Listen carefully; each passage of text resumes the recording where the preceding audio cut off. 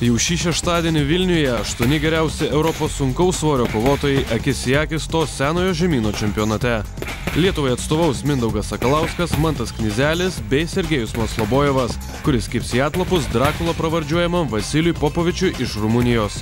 Su 2,12 cm 145 kg pabaisa kovosantis Sergejus 2 mėnesius treniravosi Tailande, tačiau ir ten vieną geriausių Lietuvos kovotojų persekiojo nelaimės. Kiaulė pakišo koją, vėlgi buvau papuolęs į avariją ir vėlgi daug laiko praleidau reabilitacijai. Bet teko ten pasitreniruoti, vėlgi vis tiek mėnesį likus prieš varžybas grįžau čia į Vilnių į Rings klubą ruoštis, nes labiau aktyvios treniruotės, man labiau patinka čia ruoštis varžybom. Ką galiu pasakyti?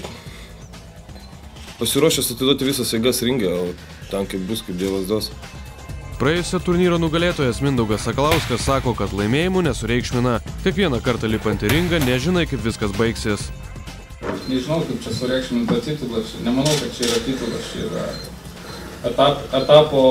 etapo gal titulas. Gal greičiau visi 8 kovotojai susirenka ir išsiaiškina, kas tą vakarą stipriausias.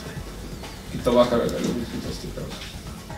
Renginyje taip pat vyks ir superkovos, kuriuose dalyvaus lietuviai Egidijus Valavičius, Petras Markevičius bei Ignas Barysas.